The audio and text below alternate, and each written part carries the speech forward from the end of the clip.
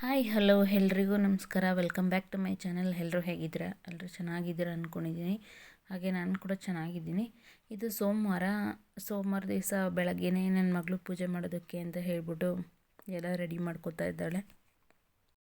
ಮೊನ್ನೆ ಶನಿವಾರ ವಾರ ಮಾಡಿರಲಿಲ್ಲ, ಸೊ ಹಾಗಾಗಿ ಇವತ್ತು ಸೋಮವಾರ ವಾರನ ಮಾಡ್ತಾ ಇದ್ದಾರೆ. ಬೆಳಗ್ಗೆನೇ ಪೂಜೆಗೆಲ್ಲ ರೆಡಿ ಮಾಡ್ಕೋತಾ ಇದ್ದಾರೆ. ಇನ್ನೂ ನೋಡ್ತಾ ಇರ್ಬೋದು, ಇನ್ನೂ ಸೂರ್ಯ ಹುಟ್ಟಿಲ್ಲ.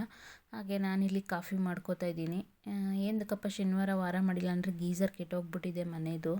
ಸೊ ಆ ಗೀಝರ್ ಕೆಟ್ಟೋಗಿರೋದಕ್ಕೆ ಬಿಸಿನೀರು ಬಂದಿಲ್ಲ ಅಂತ ಹೇಳ್ಬಿಟ್ಟು ಮಾಡಿರಲಿಲ್ಲ. ಇವತ್ತು ಸೋಮವಾರ ಪಾತ್ರೆಯಲ್ಲೇ ನೀರು ಇಟ್ಕೊಂಡು ಕಾಯಿಸ್ಕೊಂಡು ವಾರನ ಮಾಡ್ತಾ ಇದ್ದಾಳೆ. ಹಾಗೆ ನೆನ್ನೆ ಎಲ್ಲ ದೇವ್ರ ಮುಂದೆಲ್ಲ ದೇವ್ರ ಸಾಮಾನು ದೇವ್ರ ಮನೆಯೆಲ್ಲ ಕ್ಲೀನ್ ಮಾಡಿ ಇಟ್ಕೊಂಡಿದ್ದಾಳೆ. ನಾನು ಗೃಹ ಪ್ರವೇಶಕ್ಕೆ ಹೋಗಿದ್ನಲ್ಲ ನೆನ್ನೆ, ಸೊ ನೆನ್ನೆ ಸಂಡೇ ಮನೇಲಿ ಇದ್ದಿದ್ದರಿಂದ ಎಲ್ಲ ಕ್ಲೀನ್ ಮಾಡಿ ಇಟ್ಕೊಂಡು ಇವತ್ತು ಪೂಜೆನ ಮಾಡ್ತಾ ಇದ್ದಾಳೆ.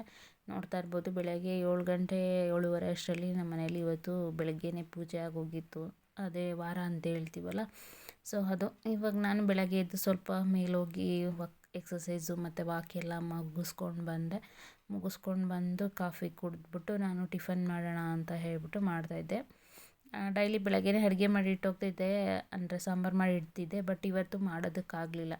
ಏನಕ್ಕೆ ತರಕಾರಿ ಏನೂ ಇರಲಿಲ್ಲ. ಮತ್ತು ಹಸ್ಬೆಂಡು ತರಕಾರಿ ತೊಗೊಂಬಂದ್ರು ಅವರು.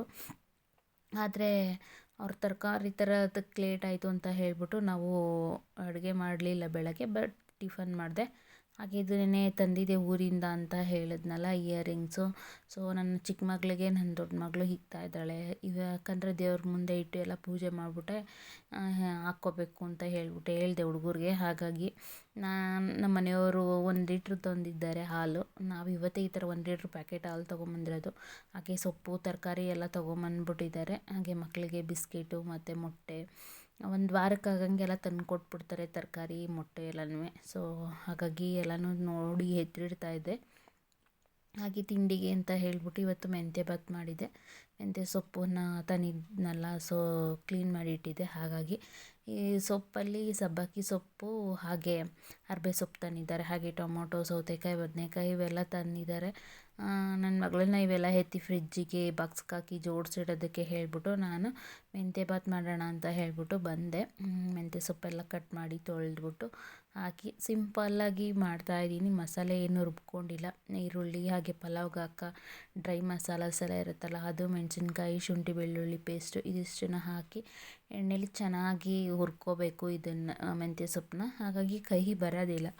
ಕೆಲವ್ರು ಹೇಳ್ತಾರೆ ಮೆಂತ್ಯ ಸೊಪ್ಪಿನ ಬಾತಲ್ಲಿ ಕಹಿ ಬರುತ್ತೆ ಅಂತ, ಬಟ್ ಒಂಚೂರು ಕಹಿ ಬರೋಲ್ಲ ಎಣ್ಣೆ ಚೆನ್ನಾಗಿ ಫ್ರೈ ಮಾಡಿಕೊಂಡ್ರೆ. ಆಮೇಲೆ ಒಂದೇ ಒಂದು ಟೊಮೆಟೊನ ಕಟ್ ಮಾಡಿ ಹಾಕಿದ್ದೀನಿ. ಹಾಕಿ ಇದೆಲ್ಲ ಚೆನ್ನಾಗಿ ಫ್ರೈ ಆದಮೇಲೆ ಮಸಾಲಗಳನ್ನ ಹಾಕಬೇಕು. ನಾನಿಲ್ಲಿ ಬಿರಿಯಾನಿ ಮಸಾಲ, ಪುಲಾವ್ ಮಸಾಲ, ಗರಂ ಮಸಾಲ, ಖಾರದ ಪುಡಿ ಎಲ್ಲ ಹಾಕಿದ್ದೀನಿ. ಅಂದರೆ ಪಲಾವ್ ತುಂಬ ಚೆನ್ನಾಗಿ, ಪಲಾವ್ ಅಂತಾರೋ ಇಲ್ಲ ಬಾತ್ ಅಂತೀವೋ ಏನಂತೀವೋ, ಅದು ತುಂಬ ಚೆನ್ನಾಗಿ ಬಂದಿತ್ತು. ಹಾಗೆ ಟೇಸ್ಟಿಯಾಗಿ ಕೂಡ ಇತ್ತು.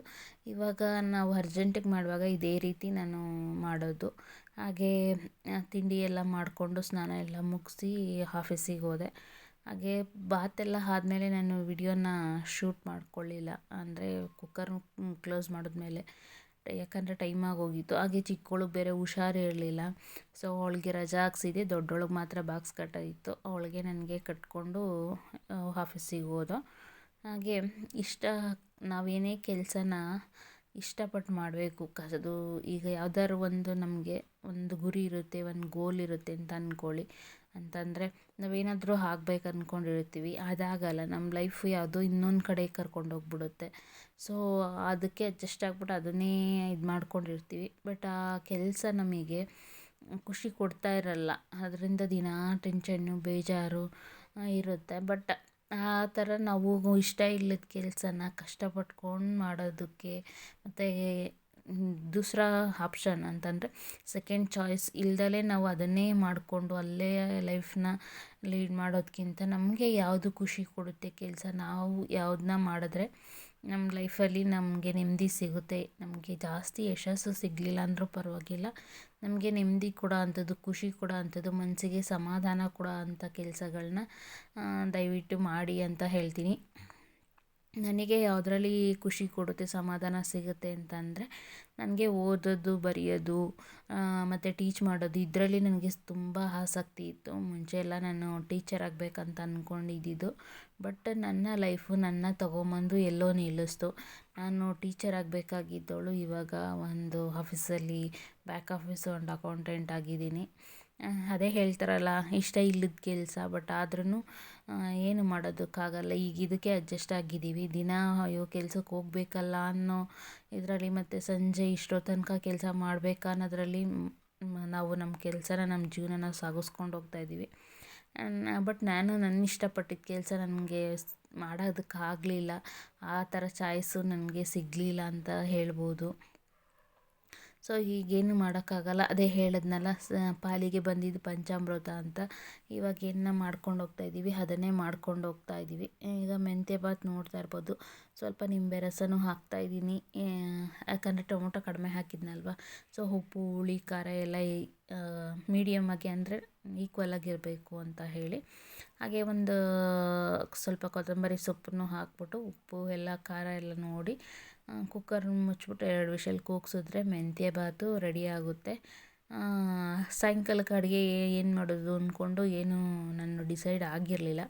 ತರಕಾರಿ ಎಲ್ಲ ಈ ಥರ ಜೋಡಿಸಿಟ್ಟು ಸಾಯಂಕಾಲ ನೋಡ್ಕೊಳ್ಳೋಣ ಅಂತ ಹೇಳಿ ಈ ಬಾತನ್ನ ಮಾತ್ರ ಮಾಡಿಬಿಟ್ಟು ಎತ್ಕೊಂಡು ಹೋದೆ. ಹಾಗೆ ಸಂಜೆ ಸೊಪ್ಪು ತೊಗೊಂಬಂದಿದ್ರಲ್ಲ, ಬಂದು ಸೊಪ್ಪೆಲ್ಲ ಬಿಡಿಸಿ ನೈಟು ಅಡುಗೆ ಮಾಡಬೇಕು ಅಂತಂದರೆ ಬೇಜಾರು ಅಂತ ಅನ್ನಿಸ್ತು. ಬಟ್ ಏನೂ ಮಾಡೋಕ್ಕಾಗಲ್ಲ. ಹಾಗೆ ಆಫೀಸಲ್ಲಿ ಇಲ್ಲಿ ಮೆಂತ್ಯ ಬಾತ್ ತಿಂತಾಯಿದ್ದೀನಿ, ನೋಡ್ತಾ ಇರ್ಬೋದು. ಹಾಗೆ ಸೌತೆಕಾಯಿ ತಂದಿದ್ದರು ಹಸ್ಬೆಂಡು, ಸೊ ಅದನ್ನು ಕೂಡ ಕಟ್ ಮಾಡಿ ತೊಗೊಂಡೋಗಿದ್ದೆ. ಹಾಗೆ ಸಂಜೆ ಬಂದಾಗ ನಾನು ಹೇಳಿದ್ನಲ್ಲ, ಸೊಪ್ಪನ್ನ ಬಿಡಿಸ್ತಾ ಇದ್ದೆ ನಾನು. ಆಗ ಮಕ್ಕಳು ಮ್ಯಾಗಿ ಇತ್ತು, ಮ್ಯಾಗಿ ಮಾಡಿಕೊಂಡ್ರು.